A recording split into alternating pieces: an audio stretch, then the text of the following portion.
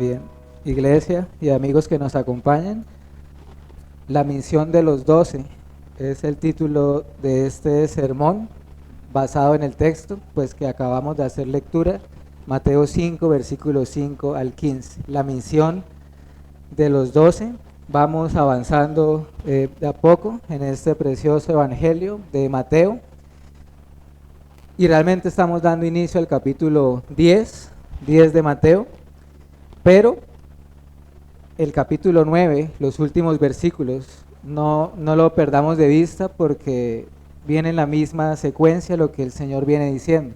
Acá hago referencia, bueno, que la mies es mucha y que son pocos los obreros.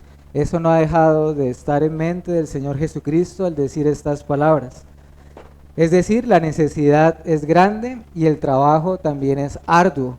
Es lo que quiere decir también esas palabras, la mies es mucha y los obreros son pocos. Y Él les dice a sus discípulos, y por extensión a nosotros también, a cada creyente, que roguemos al Señor de la mies para que envíe obreros a su mies, ¿verdad? Esa es la oración que Él nos llama a hacer. El Señor de la mies envíe obreros a su mies. Y luego, en los primeros 4 versículos del capítulo 10, la semana pasada, estuvimos viendo cómo el Señor Jesús llamó de entre toda la multitud, porque era una gran multitud, a 12 hombres en particular, para que fuesen sus emisarios o sus apóstoles. Y les dio toda autoridad, y eso lo veremos nuevamente hoy, les confirió un poder, una autoridad para hacer señales, para hacer milagros. Los llamó para estar cerca de Él, para pasar tiempo cerca de Cristo Jesús y por supuesto para anunciar el Evangelio del Reino, como veremos en esta mañana también. Vimos brevemente algunas información que tenemos por las Escrituras de estos 12 hombres, cómo tenían cada uno un trasfondo pues diferente, labores diferentes, pero todos en común tenían que eran hombres corrientes, hombres del vulgo, sin letras, no estudiados, no académicos, sin un alto nivel económico. Todos tenían eso en particular en el caso de los 12. Lo que quiero comunicar es que el Señor Jesús llamó a ellos porque Él quiso, dice el Evangelio de Marcos, solo porque Él quiso, es decir, no hubo nada en ellos especial que lo moviera a escogerlos, ningún mérito o algo extraordinario, sino que así como a nosotros o a cada uno de los creyentes, también nos ha llamado solo por pura gracia y misericordia. Además, piense esto, recuerden lo que dijo Cristo, no me elegisteis vosotros a mí, sino que yo os elegí a vosotros. Y os he puesto para que vayáis y llevéis fruto y vuestro fruto permanezca, para que todo lo que pidierais al Padre en mi nombre, Él os lo dé. Ese texto es Juan 15, 16. Miren lo que está diciendo Cristo ahí. Ustedes no me eligieron a mí, sino que Él nos ha elegido a nosotros. Veremos en adelante, en el capítulo 10, cómo el Hijo de Dios se dirige a estos 12 hombres, en particular a sus apóstoles, y los comisiona. Les va a dar una misión en particular. Es decir, primero los eligió, pero ahora acá veremos cómo Él los va a dar una comisión particular. Y no solo eso, sino que les va a dar ahora a continuación una serie de instrucciones en relación con esa misión. Luego le dará unas advertencias, luego una serie de enseñanzas. Pero lo que veremos en esta mañana será solo meditar en la comisión como tal, en qué consistía la misión y en la serie de instrucciones que tenemos en estos versículos. Luego, pues si el Señor nos lo permite, veremos las advertencias y algunas otras enseñanzas que dio Cristo. Espero, hermanos, que el Señor quiera hablarnos en estos minutos, nos enseñe, nos amoneste a cada uno de nosotros, que oigamos la palabra no para juicio, sino para salvación, para edificación, que las recibamos como es digno de recibirla, con solicitud, Y le digo algo, si usted no está dispuesto, pues no va a recibir la palabra con solicitud. Porque para recibirla con solicitud necesitamos tener hambre y sed de la palabra de Dios. Anhelar, oír la voz de Dios en su palabra. Así que considera que es una gran bendición y un privilegio que podamos ser expuestos a las Escrituras, porque seguramente este privilegio pues no lo tienen muchos alrededor del mundo, de poder oír y exponernos a la palabra y al Evangelio. Amén, hermanos. Los apóstoles son enviados. Es lo primero que quiero que veamos en el versículo número 5. A estos 12 envió Jesús. A estos 12 envió Jesús. Es bueno que tengamos presente algo, mis hermanos y amigos. En el Evangelio de Mateo hay por lo menos 5 discursos principales o enseñanzas de Cristo extensas. Este es el segundo de esos discursos. El primero, ¿cuál fue? El Sermón del Monte, que comienza con las bienaventuranzas. Así que estamos ante ese segundo enseñanza o predicación que da Cristo y que Mateo registró en su Evangelio. La necesidad es apremiante. ¿A cuál necesidad hago referencia? La que hablábamos ahorita. La mies es mucha, por lo tanto es necesario rogar al Señor de la mies que envíe obreros a su mies. Pues bien, mis hermanos y amigos, ahora lo que estamos viendo es cómo en el versículo 5, el mismo Señor de la mies es el que está enviando a sus obreros. Me hago entender, primero les dice que roguemos, pero acá lo vemos a él mismo ya enviándolos o comisionándolos para una misión. Una vez llamados los 12, el Señor Jesús se encarga de dotarlos o de equiparlos con unos dones que son extraordinarios y que van de acuerdo, recuerden, a un oficio también extraordinario que ya no está vigente, que es el oficio de apóstol. Y aunque Mateo no lo menciona en particular, si está anotando apuntes y desea escribir los textos paralelos a este pasaje, Marcos 6, versículos 7 al 13, Marcos 6, versículos 7 al 13, y Lucas 9, del 1 al 6, nos presentan el mismo episodio, acontecimiento, pero bajo la perspectiva de Marcos y de Lucas. Cuando acá nuestro texto de Mateo nos dice el Señor envía, quiere decir que Él los mandó, los puso aparte o los envió literalmente a una misión específica. Y lo que digo que Mateo no nos menciona, pero sí quiero tenerlo en cuenta en esta mañana, es que el Señor Jesús no los envió a todos, a todo el grupo de los 12 al mismo tiempo, ni tampoco a uno individualmente, sino que por lo menos como lo vemos acá y en el texto que leímos ahorita, cuando el Señor también envió a 70, fue que los envió ¿cómo? De 2 en 2, de a parejas los envió a la misión. Pero lo que más quiero hacer énfasis es que el Señor Jesús no los envió de una manera improvisada o desordenada, de tal manera que ellos no sabían ni qué harían, ni a dónde irían, ni nada. No, vemos acá un orden muy detallado que el Señor Jesús les da,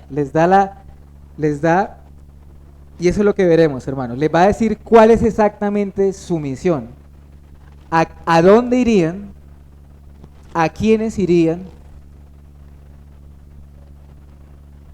qué tendrían que decir, qué obras tendrían que hacer, de qué tendrían que estar equipados, cómo responder a quienes les reciban y cómo responder a quienes no les reciban. Hay una serie de instrucciones a lo largo de este pasaje. Lo que veremos ahora es cómo el ministerio de Cristo se expande.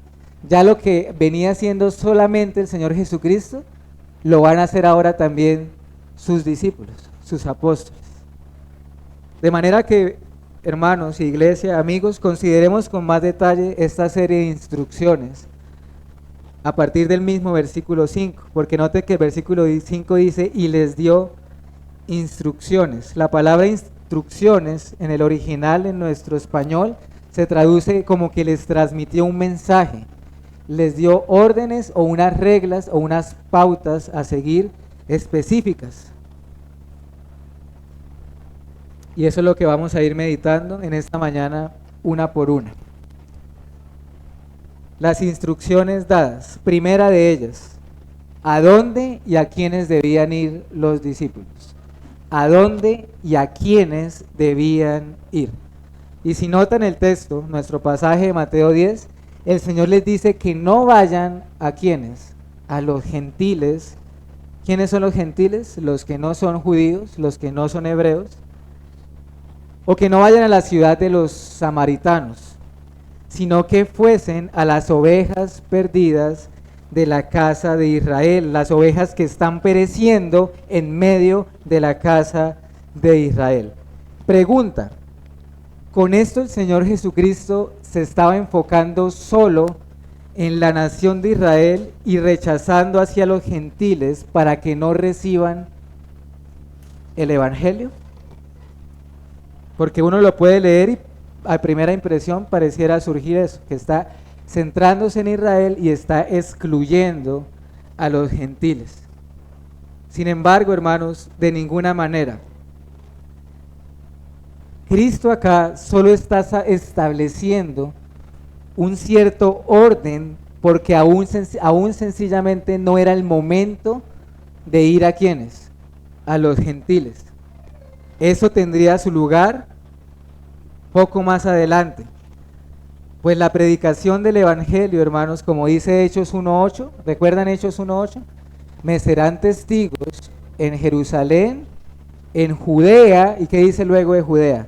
Samaria y luego hasta lo último de la tierra. ¿Notan el orden que hay?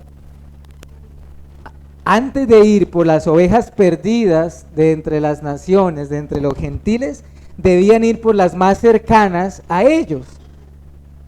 O sea, lo que vemos acá es, por lo menos inicialmente, un orden de prioridades en cuanto a la predicación del Evangelio se refiere, que va desde lo más cercano hasta lo más distante, por decirlo así, ¿verdad? Y pensando en esto, hermanos, son muchos los que yo he oído, y son muchos los que fantasean o imaginan que, por ejemplo, con ser misioneros en algún lugar por allá remoto de la tierra, que no ha oído jamás del Evangelio, y eso es algo loable de pensar, de desear, pero no se ama ni se comparte el Evangelio ni a sus propios padres o a sus propios hijos o a su ciudad o a su país. Se nota ahí cierta inconsistencia o algo que no cuadra.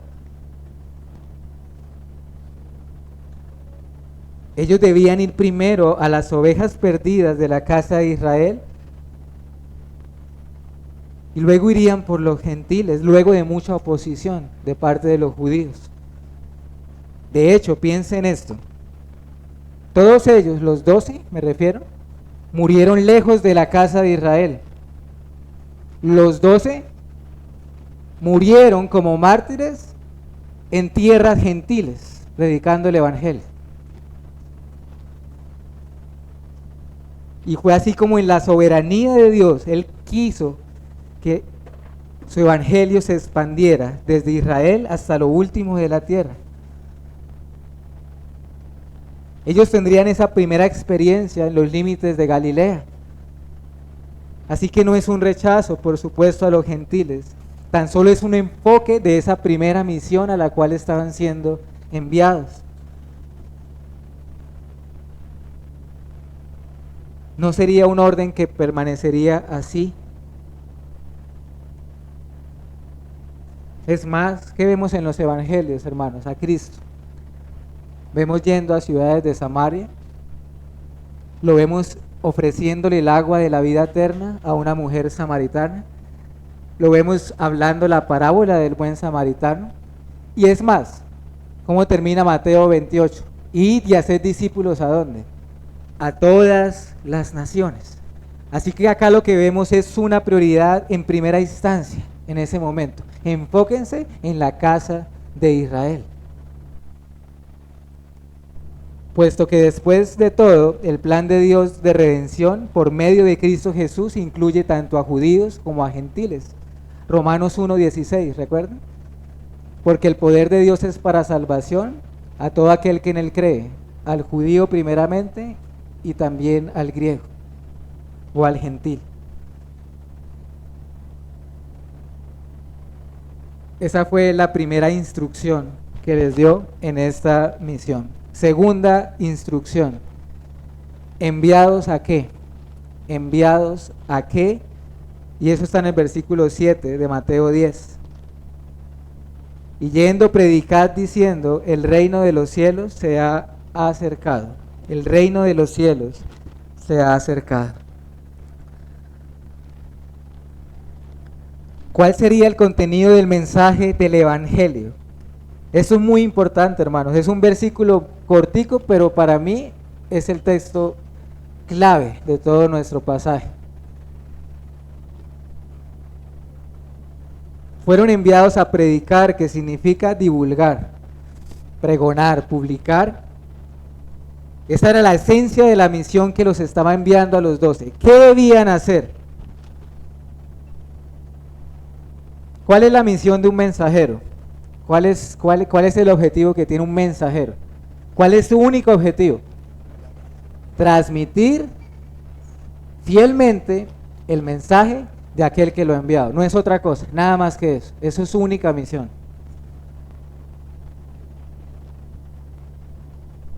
El mensajero no tiene derecho propio a proclamar sus ocurrencias, ni sus pensamientos, ni sus ideas. Su mensaje sería el Evangelio, que traducido es buenas nuevas de salvación. Ellos debían proclamar el Evangelio de la gracia de Dios en Cristo, debían predicar el Evangelio del reino de Dios, que se ha acercado, ¿sí lo notan? Prediquen el Evangelio del reino de Dios que se ha acercado, desde su venida, desde su primera venida. El día, iglesia y amigos, en que el Verbo se hizo carne y habitó y moró entre nosotros, ese día el reino de Dios se acercó a nosotros como nunca antes lo había hecho.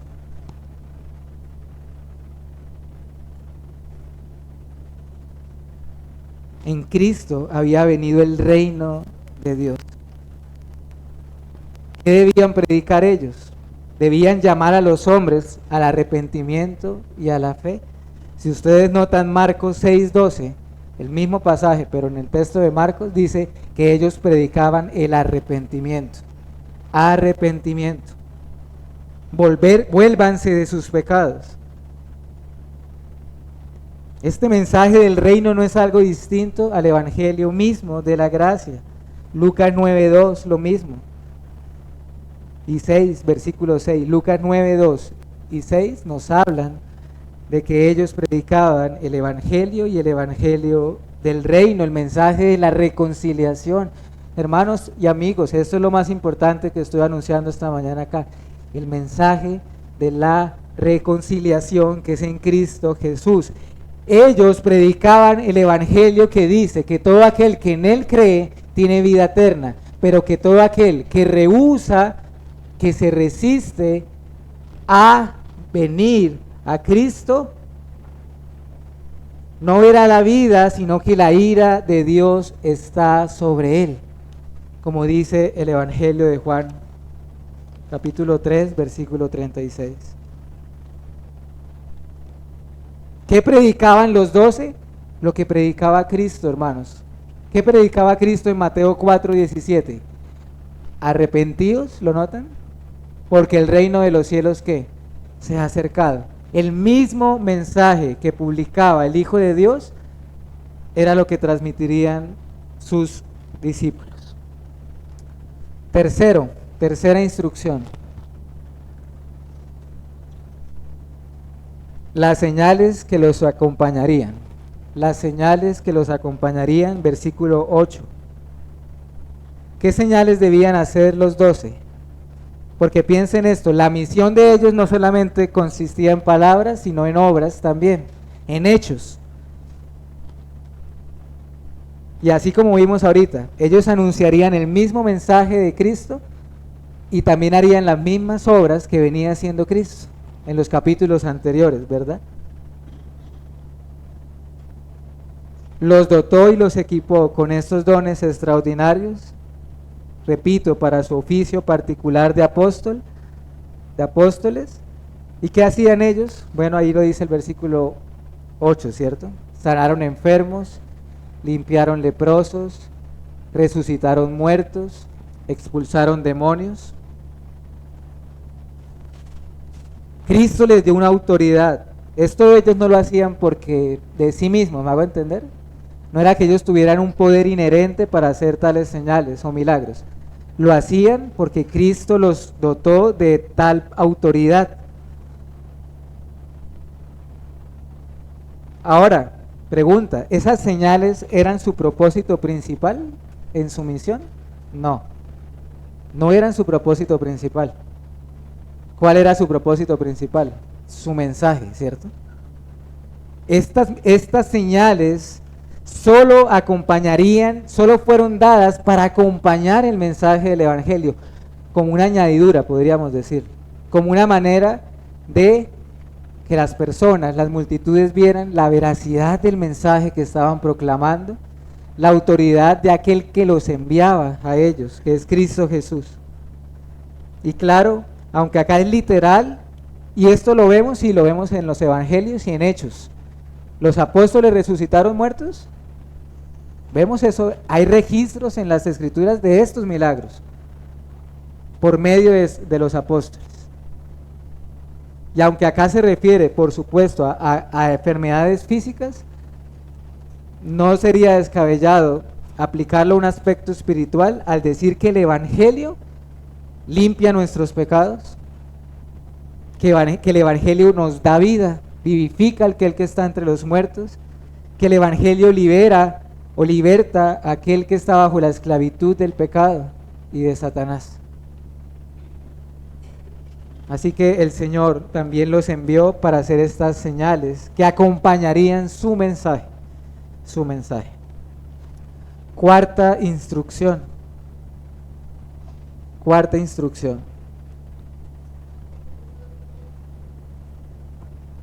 ¿De qué debían equiparse? Es la pregunta que buscamos responder acá. ¿De qué debían equiparse? Un obrero digno de su sostén. Me refiero a los versículos 9 al 10 de nuestro texto de Mateo. Repasemos un poquito. ¿Cuáles instrucciones tenemos hasta el momento? ¿A dónde debían ir? ¿Cuál mensaje deberían anunciar? ¿Y cuáles señales debían hacer o milagros? Esta es la cuarta instrucción que vemos en el texto. ¿De qué debían equiparse? ¿Con qué debían estar equipados, mis hermanos? Según el pasaje y según nuestro Cristo, con nada, sino con el propio Evangelio que anunciarían y las señales que los acompañarían. Era como si el Señor les estuviese diciendo a sus discípulos: tranquilos, no se preocupen por el aspecto material, porque el Señor suplirá sus necesidades. No debían preocuparse por el cuidado material. Nosotros cuando vamos a un viaje, ¿qué hacemos? Nos armamos de provisiones, ¿cierto? Nos provisionamos. Pues el Señor les dice acá que no hagan eso, que no llevaran cosas por si algo salía mal, por si no lo recibía nadie. Les dice, no necesitan provisiones para el viaje. Por eso empieza a especificar algunas cosas. No vayan con oro, con plata, no vayan con doble túnica. ¿Cómo así doble túnica? ¿Qué sugiere eso? Pensando en el abrigo. Calzado, alforja. ¿Alforja qué es? Era una bolsita que se llevaba para la comida, como una cartera. Bordón, ¿qué es? El bastón. Era como diciéndoles, deben esperar aprender a esperar en el cuidado de Dios. Pero esta instrucción, según el mismo pasaje, va acompañada de una razón de ser y de un mandamiento bíblico, por lo que el obrero o el trabajador es digno de su salario o de su alimento o de su sustento. O en otras palabras, el obrero merece su sustento.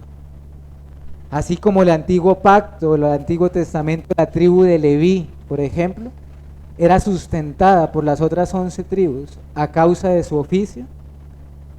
O si lo vamos a la naturaleza, como el buey que come lo que trilla, o como el que come el fruto de su propia viña.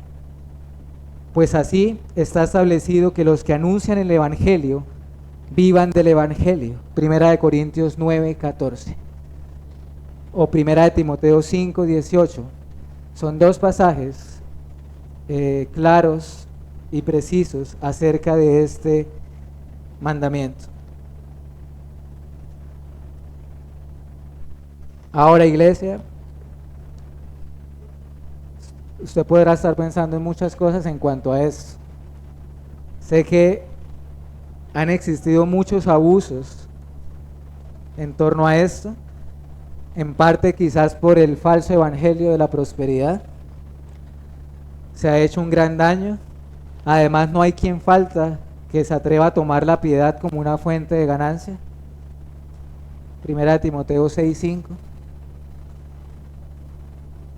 Pero hermanos y amigos, estas cosas no quitan la realidad del mandamiento. Estamos hablando que es algo incluso natural, del orden de la naturaleza. No pondrás bozal al buey que trilla. Los apóstoles podían esperar sustento, abrigo, en el ejercicio de su labor, es lo que les está diciendo el Señor. Pueden esperarlo. Así que acá hay una enseñanza para el obrero que sí, no debe dar la impresión de ser un asalariado, de un hombre de negocios o que busca ganancias materiales, pero también hay una obligación para aquellos que se benefician de su servicio. Hay un mandamiento doble acá, tanto para el obrero como para aquellos que se benefician de su labor. Avancemos por la siguiente instrucción, que sería la número, ¿qué hermanos? ¿La 4? ¿5? La número 5. Respuesta a quienes los reciban. ¿Cómo debían responder los 12 a aquellos que no los recibieran en su misión? Versículo 11 al 13 de Mateo 10.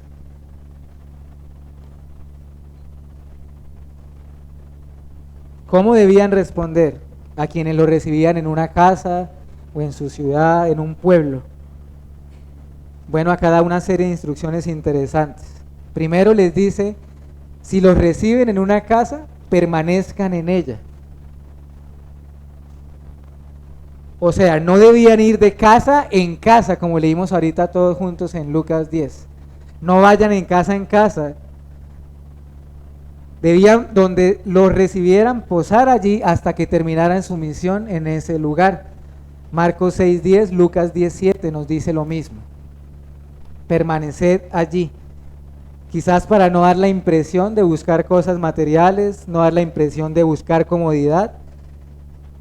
Otra instrucción en torno a esa misma, donde los recibieran bien y donde oyeran su mensaje también, ¿ellos qué debían hacer? Saludarlos. ¿Sí lo notan en nuestro texto? Mateo 10:12.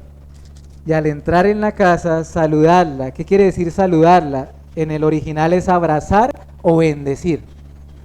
Es una manera de decir, de bendecir el hogar que los estaba recibiendo. Y entonces, ¿qué dice el texto? Que si un hogar era, ¿por qué dice que si el hogar era digno?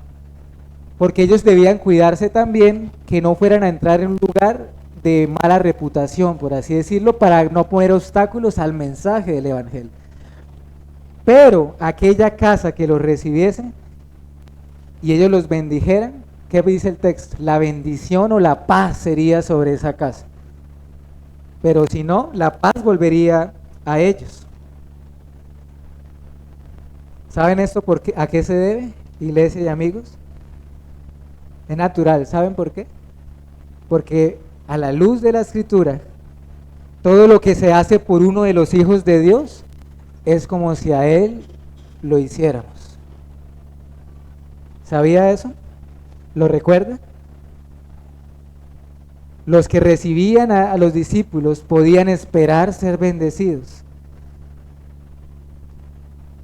Acuérdense, todo el que da agua a uno de estos de estos pequeñitos, por ser mis discípulos, es como si a Él lo hiciéramos. Y seguro muchos lo recibieron, algunas casas lo recibieron. Pero vamos avanzando a la última instrucción. ¿Qué debían hacer si no los recibían? ¿Qué debían hacer si los rechazaban? ¿Cierto? Eso está en el versículo 14. Si alguno no os recibiere ni oyere vuestras palabras, salid de aquella casa y ciudad y sacudid el polvo de vuestros pies. ¿Cómo debían responder los apóstoles según este versículo? Si no les permitían hablar, si no los dejaban entrar a sus contornos, a sus límites, entonces sacudan el polvo de sus pies y váyanse, márchense. ¿Qué significa esto? ¿Qué significa sacudir el polvo de los pies? Los judíos utilizaban esto para menospreciar a los gentiles. Por ejemplo, ¿saben qué hacían ellos? Ellos cuando retornaban a la tierra de Israel de un viaje donde estuvieron en tierras de los gentiles, llegaban y se sacudían el polvo de sus pies en señal de menosprecio a los gentiles. Pero eso no es lo que está diciendo el Señor acá. Cuando Él dice sacudan el polvo de sus pies, no es otra cosa, iglesia y amigos, que una señal de juicio. Señal de juicio. ¿Cómo lo sabemos? Miren lo que dice Marcos 6:11. Marcos capítulo 6, versículo 11.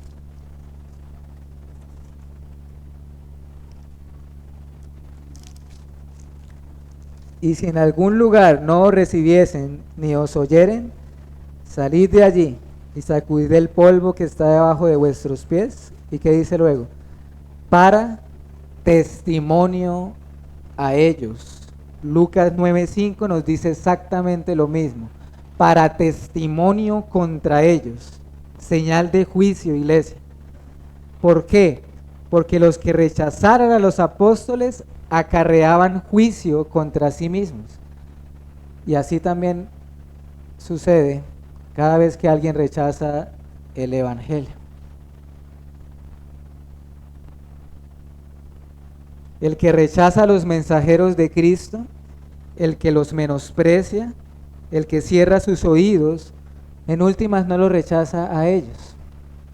Recuerden, ellos solo son mensajeros. Están rechazando a aquel que los envió. A aquel que los envió. Y eso es serio y peligroso. La gente no lo sabía, pero cuando esos hombres sacudían sus pies, debían tener mucho temor y temblar. Y el hecho de que esto sea una señal de juicio, lo demuestra el Señor Jesucristo como termina el versículo, que ahorita veremos. Eso comprueba que es juicio. Pero antes de ir al último versículo, ¿los apóstoles practicaron esto? De sacudir el polvo de sus pies. Hay un texto que demuestra que sí lo hicieron. Vayamos a Hechos 13, versículos 50 al 51.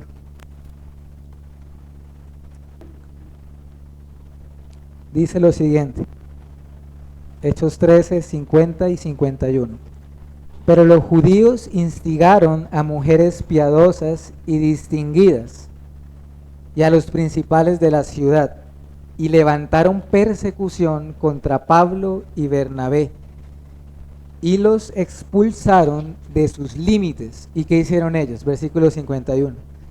Ellos entonces, sacudiendo contra ellos el polvo de sus pies, llegaron a Iconio. Lo practicaron, hermanos. Y eso es lo típico que hace un enemigo de Cristo: rechazar a los mensajeros del rey y no escuchar sus palabras. Y lo hacen para su propia perdición. Meditemos ahora en el último versículo de nuestro texto. Versículo 15, Mateo 10:15. De cierto os digo que en el día del juicio será más tolerable el castigo para la tierra de Sodoma y de Gomorra que para aquella ciudad. ¿Qué vemos acá? Acá hay una comparación que hace el Señor, una comparación que inquieta, que es inquietante. Y repito, comprueba que sacudir el polvo de los pies es contexto de juicio. Y en realidad es terrible lo que está diciendo Cristo acá. Es terrible si uno se pone a meditar en esto. De cierto os digo, en verdad les digo. Es como diciendo, como tan cierto que Dios vive, que esto va a ocurrir. Hay de aquella ciudad, aldea o casa o persona también, que rechace el evangelio y a sus mensajeros, o son hostiles a ellos, porque en el día del juicio su sufrimiento será grande y terrible, dice el Señor. Incluso será más tolerable, más soportable el castigo para ciudades tales como Sodoma y Gomorra, dice el Señor. Terrible. Ustedes oyen hablar de Sodoma y Gomorra y ¿qué viene a nuestra mente, hermanos? Esas ciudades antiguas, ¿por qué son conocidas? Por su maldad y cómo acabaron, ¿cierto? ¿Cómo acabaron? Fueron ciudades, Sodoma y Gomorra, que también violaron las leyes de la hospitalidad, dice un comentarista. ¿Cómo recibieron estas ciudades a los mensajeros de Dios? Acuérdense la historia de Lot. Pero ellas no tuvieron oportunidad de recibir un llamado al arrepentimiento o a Cristo. Que aquellas que sí lo han oído y lo han rechazado. Por eso es que en otro lugar de la escritura, más adelante en Mateo, el Señor habla de ayes, ¿se acuerda? Ay de ti, Corazín, si se hubieran hecho los milagros, hace mucho tiempo se habrían arrepentido. ¿Qué nos enseña esto?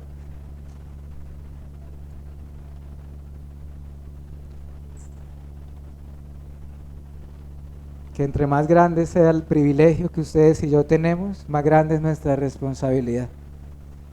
Sí, mis hermanos, amigos, un día estaremos delante del Señor y tendremos que dar cuentas de todo lo que oímos, todas las bendiciones a las cuales fuimos expuestos. Permítanme ir concluyendo.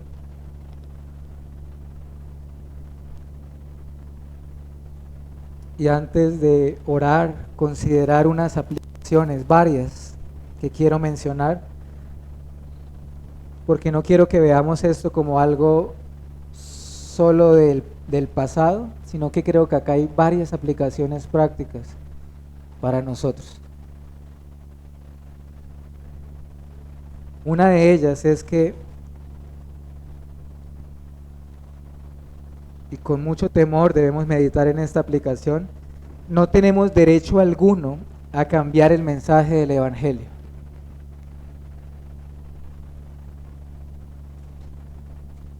Si ustedes y yo hemos de anunciar el mensaje del Evangelio, hemos de hacerlo con fidelidad en dos sentidos: fidelidad en el contenido del mensaje y fidelidad en nuestra propia vida, en nuestro testimonio.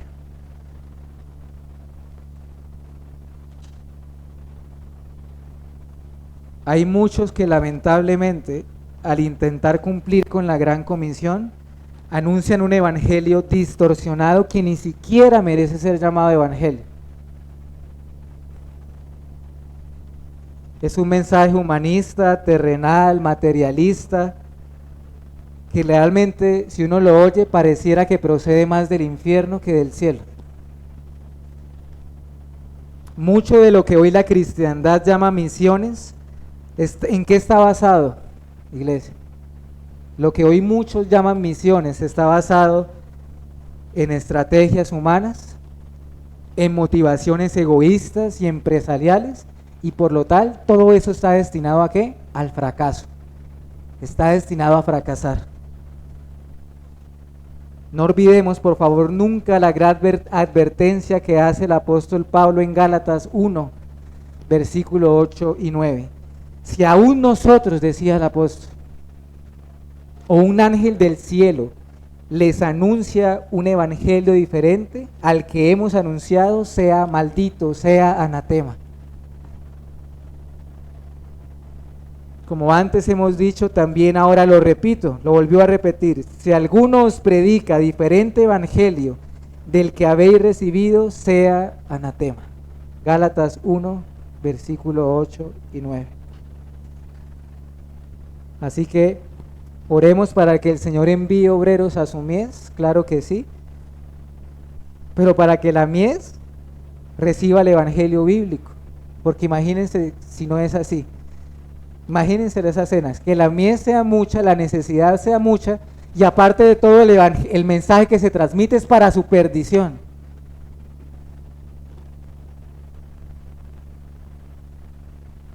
Un mensaje que los lleva solo a confiar en sí mismos y no en Jesucristo.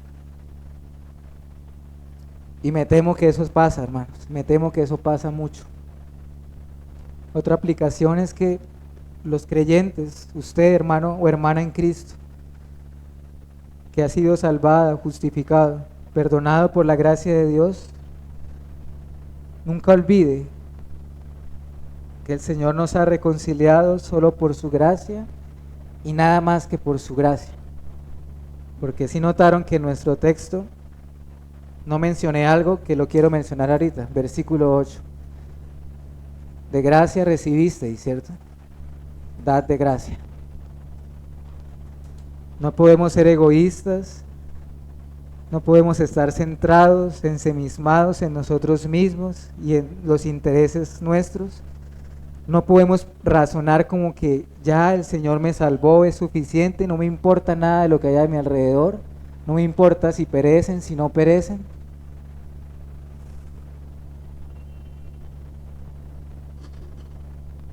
Hemos de anunciar la gracia que nos ha alcanzado, pero también anhelar que esa gracia alcance también a otros.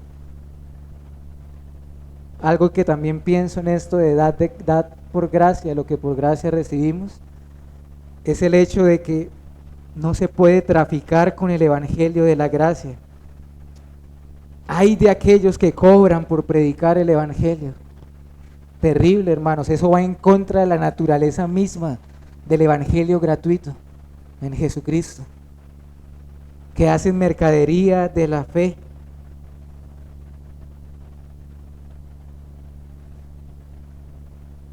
Otra aplicación, el que recibe a un hijo de Dios por ser creyente, repito, como mencioné hace un momento, es como si a Cristo lo hiciese. Eso que nos enseña, ama a tu hermano en la fe. Y lo contrario también es cierto, el que rechaza el evangelio, rechaza a Cristo mismo. Está rechazando nada más y nada menos que su única esperanza de salvación. Está abrazando su propia condenación. Porque ¿cuál es la causa de la condenación? Según Juan 3:19, que la luz vino al mundo y el mundo prefirió las tinieblas a la luz. Así que, amigo, ¿rechazarás la gracia que se te ofrece en el evangelio para tu propia miseria y para tu propia ruina? ¿Qué haremos entonces? Se nos ofrece vida eterna en Cristo Jesús. Otra aplicación, hermano, hermana, creyentes, seamos hospedadores y tendamos la mano a todo creyente o a cualquier siervo de Dios cuando lo necesite y si está en nuestras manos hacerlo. ¿Saben por qué? Para estimularnos a esto, porque cuando lo hacemos somos colaboradores de Dios y cooperamos con la verdad. Vayamos a un pasaje de Tercera de Juan, al final, la tercera epístola de Juan, antes de Judas. Miren lo que dice el versículo 5 en adelante.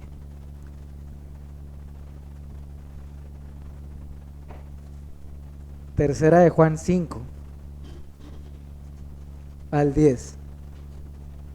Amado, fielmente te conduces cuando prestas algún servicio a los hermanos, especialmente a los desconocidos, los cuales han dado ante iglesia testimonio de tu amor.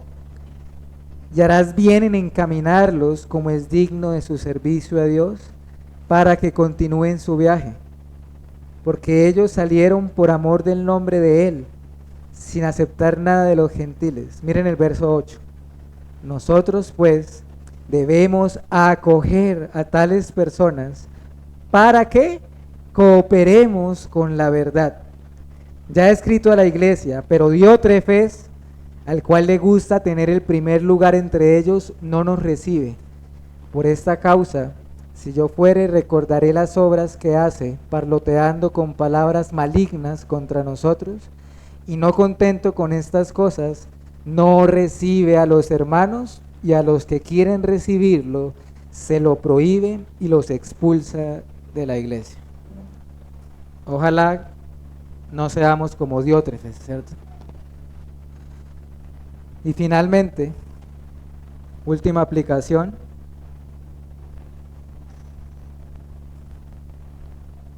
Un día, ciertamente, habrá un ¿qué?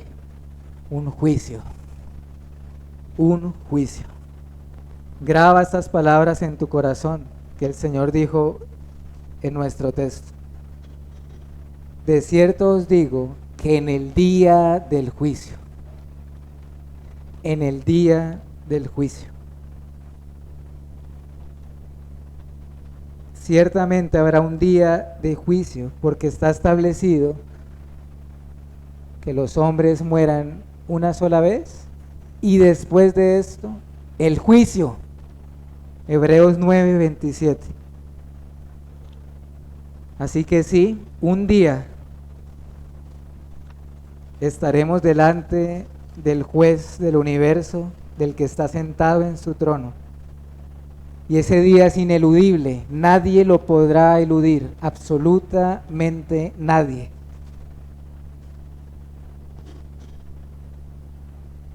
Y ruega para que ese día, cuando llegue, te halles en Cristo, te halles revestido de su justicia. Porque si no, ay de ti y ay de mí si no es así. Corre a Cristo para que Él sea tu gran abogado y tu Salvador.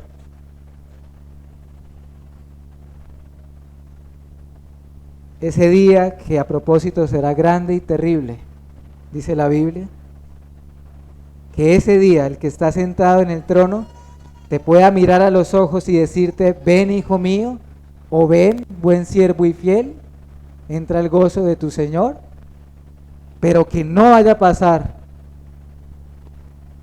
que el Rey, el que está sentado en el trono, te mire y te diga, no te conozco, apártate de mí, hacedor de iniquidad, al fuego eterno. Oremos.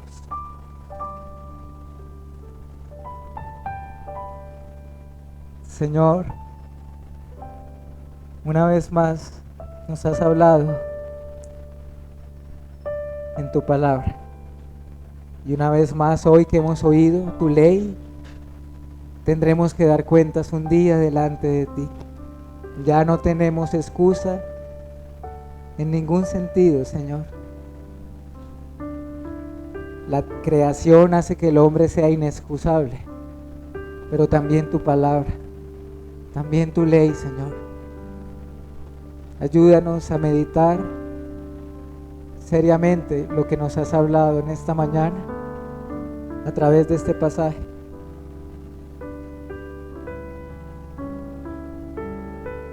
Danos fe, danos confianza en ti, danos amor por las almas.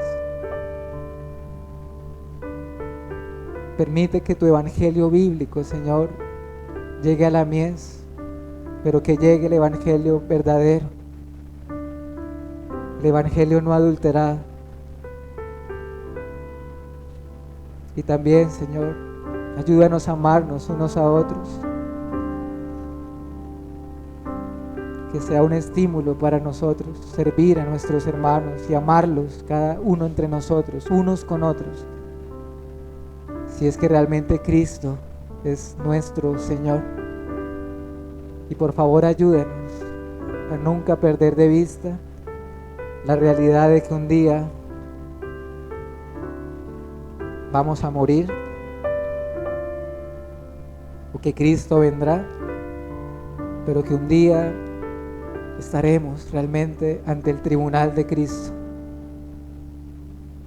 Que ese día, Señor, podamos postrarnos delante de ti, pero que nos mires en Cristo. Por favor, que en aquel día, Señor, nuestras vestiduras sean esas vestiduras blancas y resplandecientes, porque fueron lavadas en la sangre del Cordero.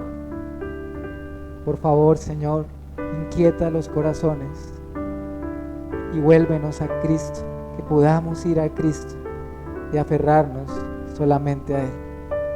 Te alabamos, te glorificamos en el nombre de nuestro Señor Jesucristo. Amén y amén.